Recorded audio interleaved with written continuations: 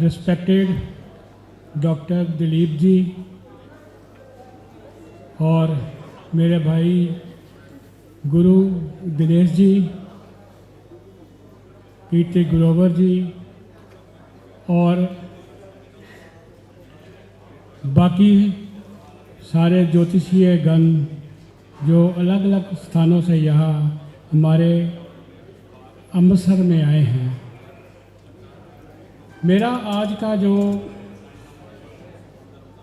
विषय है, आमतौर पर हम यहाँ पे ज्योतिषीय विषय के ऊपर बोलना शुरू कर देते हैं, लेकिन कोई कोई ज्योतिषी यहाँ आकर, कोई एस्ट्रोलॉजर ऐसे आते हैं जो अपना कोई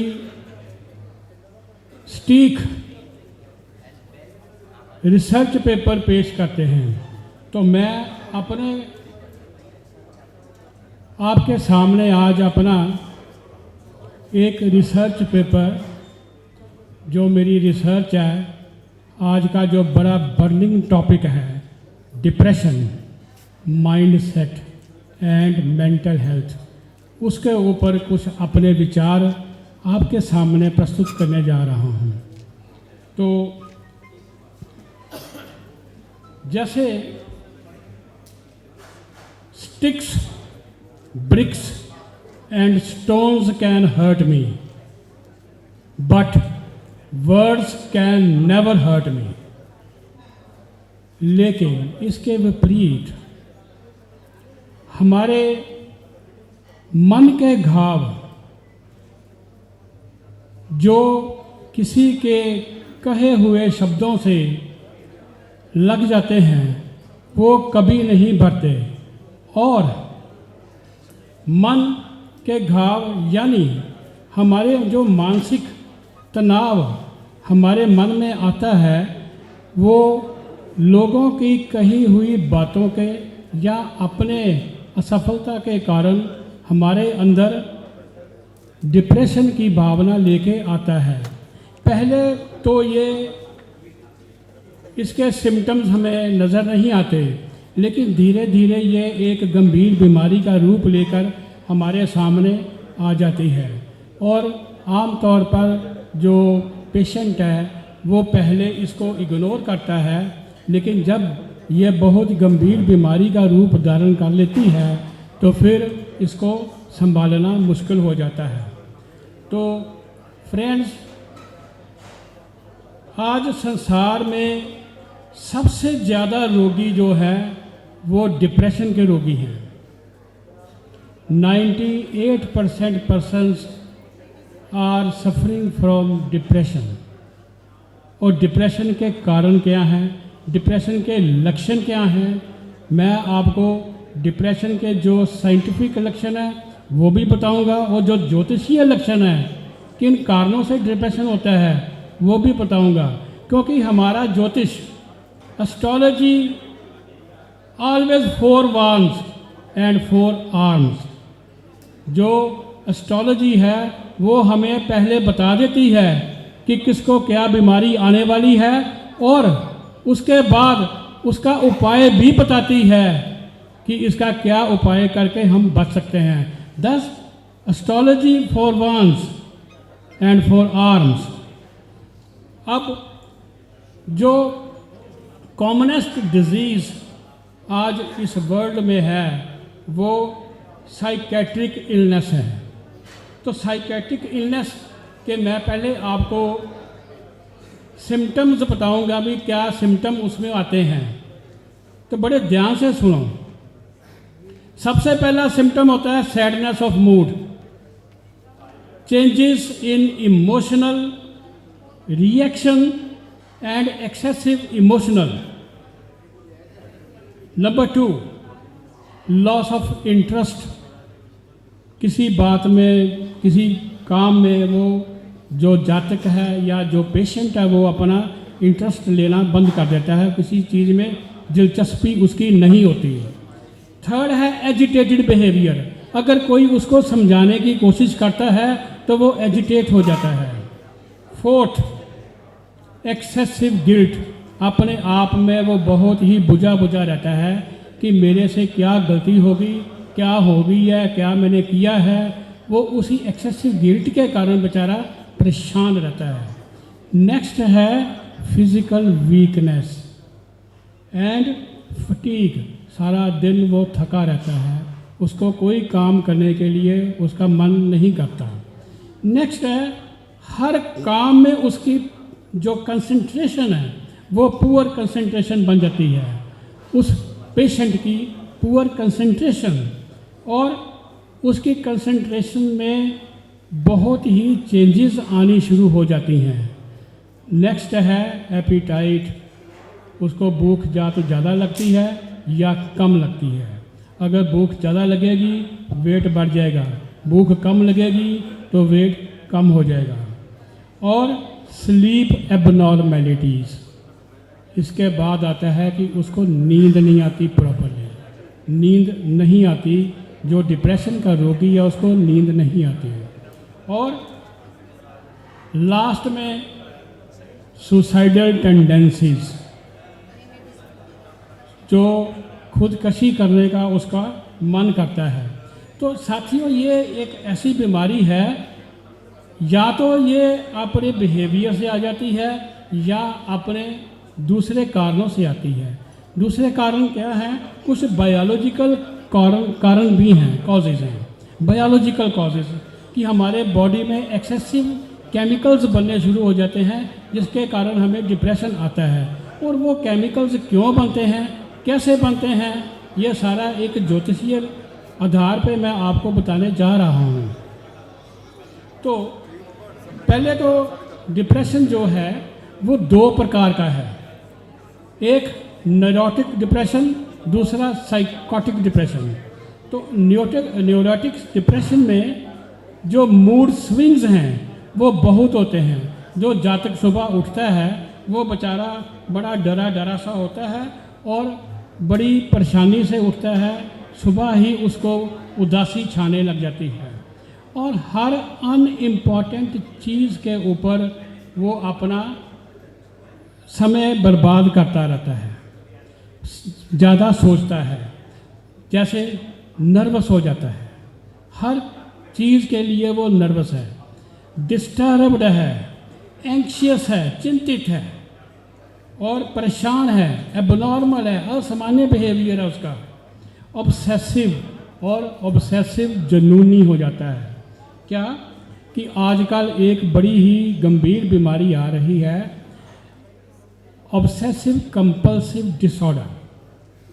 जो ऑब्सेसिव कंपल्सिव डिसऑर्डर है वो क्या है कि एक ही बात को बार बार वरी करना, एक ही बात में चिंता करना, एक ही बात को बार बार दोहराते रहना, वो ऑब्सेसिव कंपल्सिव डिसऑर्डर आता है। ये डिप्रेशन का एक खास कारण है। और आगे चल के हम जब देखते हैं तो न्यूरोटिक डिप्रेशन रोगी जो है वो सुबह तो बिल्कुल ठीक ठीक उठता है, उसको कोई प्रॉब्लम नहीं आती, लेकिन जो जो दिन ढलता है वो परेशानी में आना शुरू हो जाता है और उदास रहना शुरू हो जाता है। और जब रात आती है तो वो रोना शुरू कर देता है और अकेला रहना पसंद करता है। तो इसका क्या कारण है? तो इसका कारण है आम तौर पर विद्यार्थियों में ये प्रॉब्लम आती है कि वो एग्जामिनेशन में फेल हो जाते हैं, या किसी का रिलेशनशिप खराब हो जाता है, या किसी का लव अफेयर टूट जाता है और उत्तेजित हो जाना, ये भी एक लक्षण है। तो मेरे भाई आज एक बहुत ही गंभीर बीमारी हमारे सामने आ रही है, वो ये है हमारा मोबाइल का ख़राब हो जाना। अगर किसी का मोबाइल ख़राब हो जाता है वो इंसान भी डिप्रेशन में चले जाता है कि मेरा डाटा ख़राब हो गया, मेरा काम ख़राब हो गया, मैं कैसे इसको रिवाइव करूँगा, मेरा मोबाइल कहाँ चला गया, मेरा मोबाइल चल नहीं रहा। तो ये बहुत बड़ी एक समस्या डिप्रेशन की हमारे सामने आ रही है। क्योंकि आज भी अगर हम देखते हैं जाके अपने किसी मित्र के घर, अपने किसी सगे संबंधी के घर जाके बैठते हैं तो हम पहले जाके वो जगह तलाशते हैं जहाँ पे हमें अपने मोबाइल को चार्ज करने के लिए प्लग मिल जाए, उसी जगह पे जाके बैठते हैं। हमें किसी के साथ लेना नहीं देना नहीं, किसी को बुलाना नहीं, लेकिन पहले अपने मोबाइल को जाके चार्ज करना है, अपने मोबाइल की सेवा करनी है। तो भाई ये मोबाइल देवता जो है ना, इसको अपने से दूर रखो। ये डिप्रेशन का बहुत ही बड़ा कारण है। और जब इंसान को मैं वैसे दोबारा आ रहा हूँ वहाँ पे कि सुबह तो वो उसको गुस्सा बहुत आता है या सुबह उसको गुस्सा नहीं आता। दो कारण हैं। एक, अगर गुस्सा उसको आएगा तो वो शाम तक ठीक हो जाएगा। सुबह जिसको गुस्सा नहीं आता वो शाम तक परेशान होना शुरू हो जाएगा। और इसके कुछ ज्योतिषीय कारण भी हैं। मंगल प्लस केतु, मंगल प्लस केतु और छठे घर का स्वामी अगर इकट्ठे हो जाएंगे तो डिप्रेशन आपको आके घेर लेगा। दूसरा, हमारी कुंडली में कुछ आइसोलेटेड प्लैनेट्स होते हैं। आइसोलेटेड प्लैनेट वो हैं कि 6, 8, 12 घरों के स्वामी अगर अकेले बैठे हों और उनको कोई और ग्रह दूसरा ना देखता हो तो वो आइसोलेटेड प्लैनेट होते हैं। अगर किसी की कुंडली में कोई आइसोलेटेड प्लैनेट विराजमान है और उसकी दशा और अंतर्दशा चल रही है, गोचर में वो खराब चल रहा है, तो वो इंसान अकेला रहना पसंद करेगा और डिप्रेशन में आ जाएगा। दूसरे प्रकार के लोग हैं जिनके कुंडली में इंजरी गिविंग प्लैनेट हैं।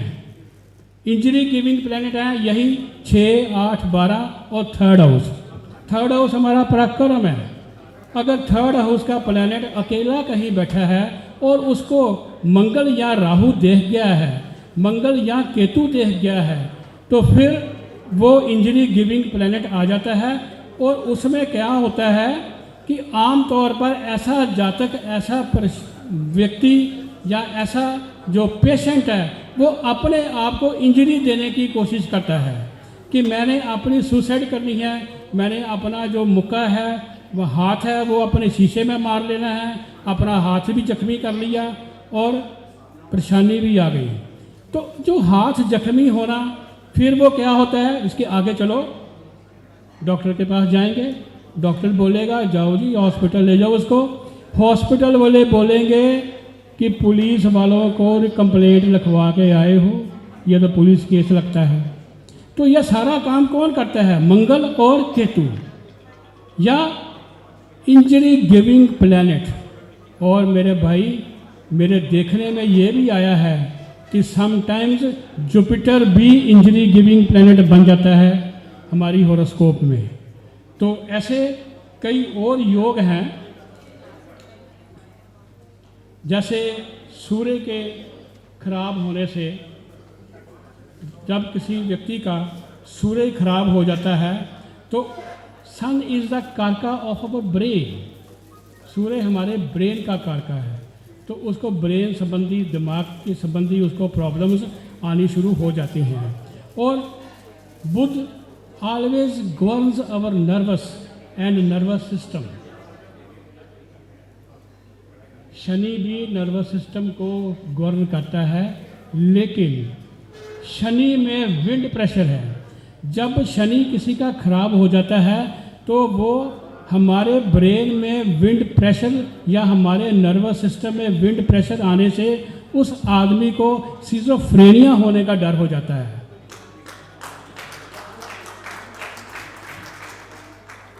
तो आगे चल के जो मंगल है, मंगल प्रोड्यूसेस एग्रेसिवनेस, एग्रेसिव नेचर, और एग्रेसिव नेचर के कारण भी इंसान ज़्यादा गुस्से में आके डिप्रेशन में चला जाता है। तो आगे जाके देखते हैं कि कुछ कुंडलियों में मून अगर शनि से एफ्लिक्टेड हो जाए तो मेलंकली और उदासी आनी शुरू हो जाती है। आदमी जातक अकेला रहना पसंद करता है, किसी से बोलना पसंद नहीं करता, डल हो जाता है और ग्लूमी आ जाती है और पेसिमिस्ट हो जाता है, निराशावादी हो जाता है। अगर मून सूर्य के साथ मिलके खराब हो जाए तो क्विक टेम्पर, उसका टेम्परामेंट खराब हो जाता है, वो जल्दी उत्तेजित हो जाता है। और अगर किसी का मूड मंगल के साथ खराब हो जाए तो अग्रेसिव एंड वायलेंट हो जाता है वो। तो ऐसे कई और कारण हैं जो ज्योतिषी में हमें दिए गए हैं कि कैसे एक आदमी को डिप्रेशन तंग करता है और कैसे वो डिप्रेसिव हो जाता है। कुछ बातें आज के ज़माने में अब ये भी चल रही हैं कि हम ज़्यादा निराशावादी हो गए हैं। हमारे पास स्किल है, डिटर्मिनेशन है, सोर्सेज है, नॉलेज है, इंटेलेक्ट है, लेकिन हमने अपना माइंड को ऐसे सेट कर लिया है कि ये काम मेरे से नहीं होना, तो वो नहीं होगा, उसको कोई ना कोई मुसीबत आनी शुरू हो जाएगी। इसके विपरीत उसके पास कुछ भी नहीं है, लेकिन उसका माइंड सेट है कि मैंने ये काम करना है, तो वो करके ही सांस लेता है और अपना काम कर जाता है। तो हमारा जो सिस्टम है वो यही कहता है कि ज्योतिष कैसे हमें समझाता है कि एक आदमी को डिप्रेशन होगा, कैसे होगा, कितनी देर होगा। जैसे सुबह दिलीप जी ने बताया कि हमें मेडिकल एस्ट्रोलॉजी ये बता देती है कि आज से 20 साल बाद तुम्हें कैंसर का रोग हो जाएगा। तो ज्योतिष astrology always 4 warms and 4 arms हमें उसका उपाय भी बताती है और ये भी बताता है ज्योतिष कि आपको ये प्रॉब्लम आने वाली है। तो इसी के साथ ज़्यादा समय नहीं लेता हुआ मैं आपसे विदा लेता हूँ और अपनी वाणी को विराम देता हूँ।